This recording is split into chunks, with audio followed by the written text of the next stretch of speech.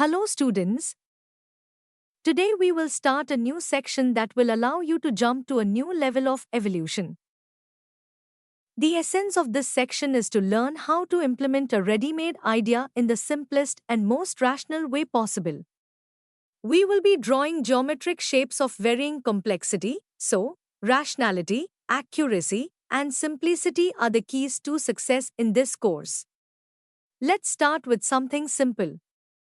Today we will draw this shape, and we will dedicate the first part of the lesson to planning. At first glance, it may seem that the shape is too simple and doesn't require planning. But that's not quite true. The shape is chosen not by chance. On this simple form, it will be easier to understand how preparation for drawing happens. It will also be easier to realize how important this stage is. So, if we need accuracy, it means that the angles should be right and the distances should be equal. All lines should have the same width. Ideally, there should be no extra points on straight sections. Straight lines should consist of only 2 points: start and end. Therefore, we will not use the brush. The shape is simple, and to save time, it could have been drawn using snapping to the global grid. But it's better to take this opportunity and understand how to create a good alignment guide, which will greatly simplify our lives. The shapes will become more complex, and snapping to the grid will no longer help. You will need to combine all the available options. Let's go. Step 1. Analyze the shape. The first thing I can note is that the shape is not symmetrical, so we cannot use mirroring. The next thing that catches the eye is that the shape consists of 4 identical elements. And we only need to draw one of the 4 elements and then simply copy it 3 times. Therefore, we only need the guide for a quarter of this shape. This greatly simplifies the work. Now let's think about what the guide should look like. To make it clearer what we need, I will draw lines through all the points that should be drawn and aligned. I'll start with the vertical lines. 1, 2, 3, 4, 5, 6. Now horizontal markup. The same 6 lines plus 1 more in the center.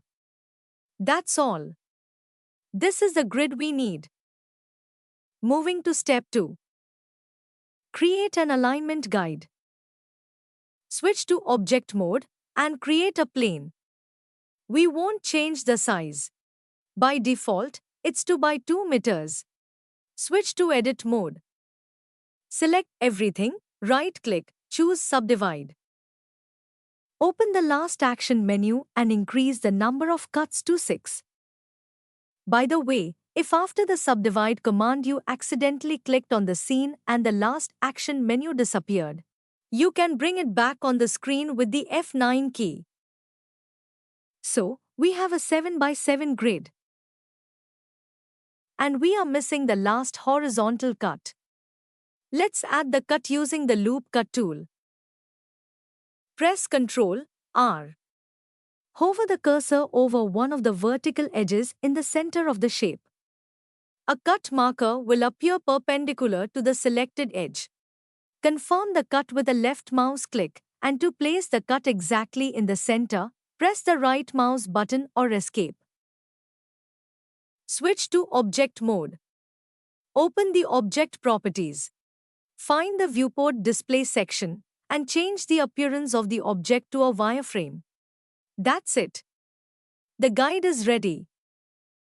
Move to step 3. Create a grease pencil object. Switch to draw mode and open the materials menu. We don't need a stroke for this lesson. We will need to fill materials white and black. We already have one material with an appropriate name. Remove the stroke, activate the fill. And don't forget to remove the fill transparency. In the material that is created with the grease pencil object, This parameter is set to 0, so the fill is completely transparent by default. Just click on the color strip and turn the alpha parameter to maximum. Now add a new slot. Create a new material. Rename it to white. Also remove the stroke. Activate the fill and select the white color. Now switch to the Layers tab. We have one layer and it will suffice for now.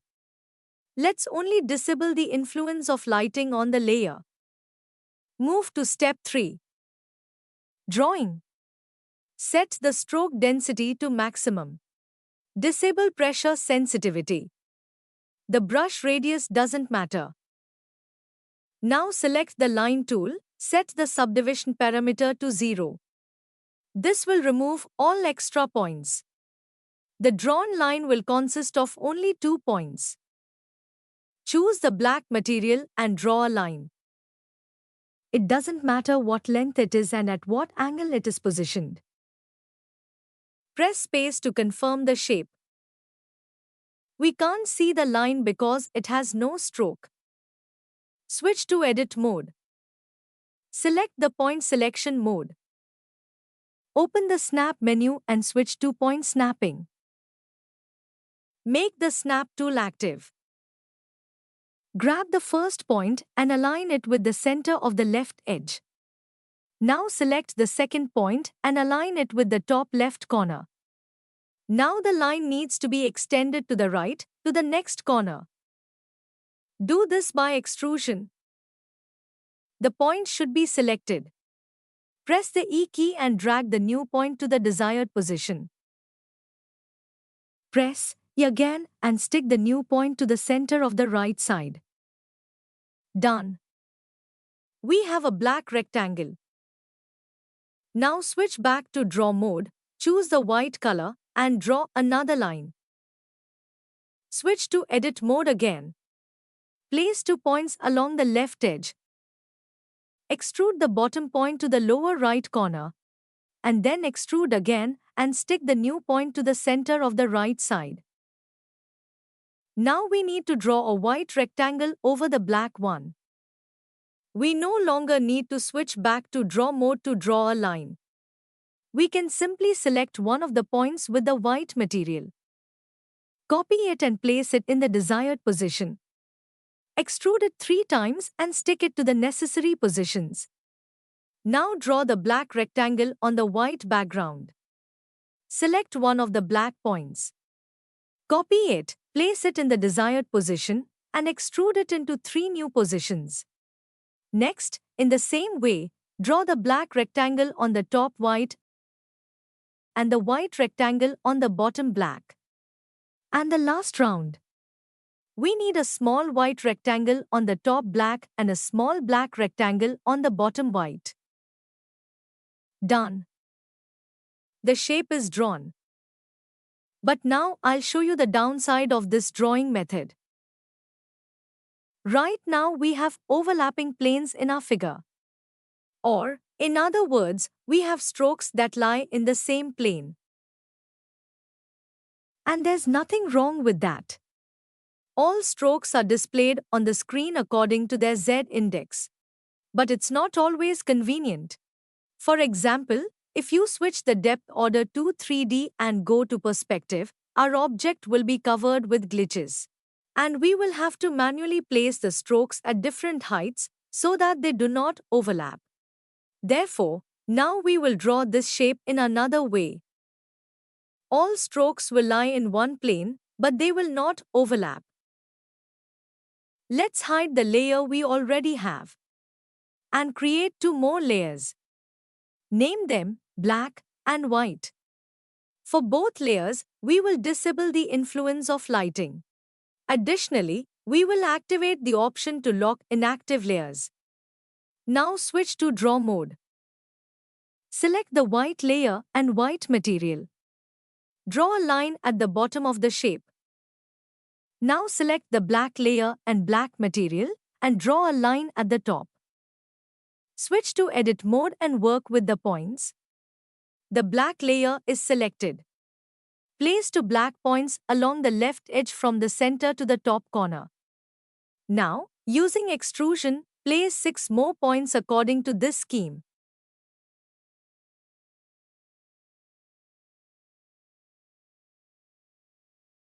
Copy a point, move it to the beginning of the next black stripe, and draw 3 more black stripes in the same way.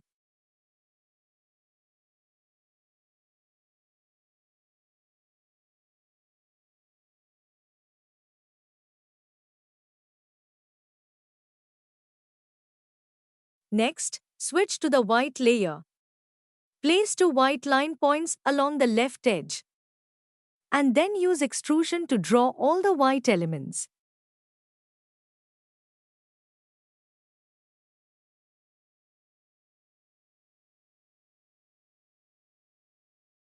Done. Now everything in our figure is perfect. The only thing left is to assemble a puzzle from this element. Make sure that both the black and white layers are unlocked. You can now disable snapping. It will be more convenient this way. Select everything. Copy the selection and move the copy along the x-axis to the side by a small distance. Left-click to place the copy in a new location. Rotate the copy by 180 degrees along the z-axis. R, Z, 180, enter. Now we need to move the copy close to the first element. Press G, then X, hover the cursor over one of the corners on the right side and hold Ctrl to activate snapping. Left-click to fix the new position. The final touch. Select everything, copy and move it down along the y-axis, place it at a small distance. Then move it close with snapping. G, Y, hold Ctrl, cursor to the bottom corner, left-click. Done. Remember, snapping works only with mesh points. Therefore, aiming with the cursor at the drawn corners will not help. Our guide is here, so aim at one of these corners. If the color bothers you during transformations, you can switch the viewport to schematic mode. Sometimes it's easier to navigate this way. Well, the shape is drawn. You can now apply an array to both axes and increase the number of repetitions. Congratulations on your first step. Did something go wrong? Rewind, watch the confusing moment, and try again. Still have questions? Don't hesitate to ask them in the comments to the video. I'll be happy to answer any questions within the course and help you climb any of the steps. Don't get bored. Bye-bye.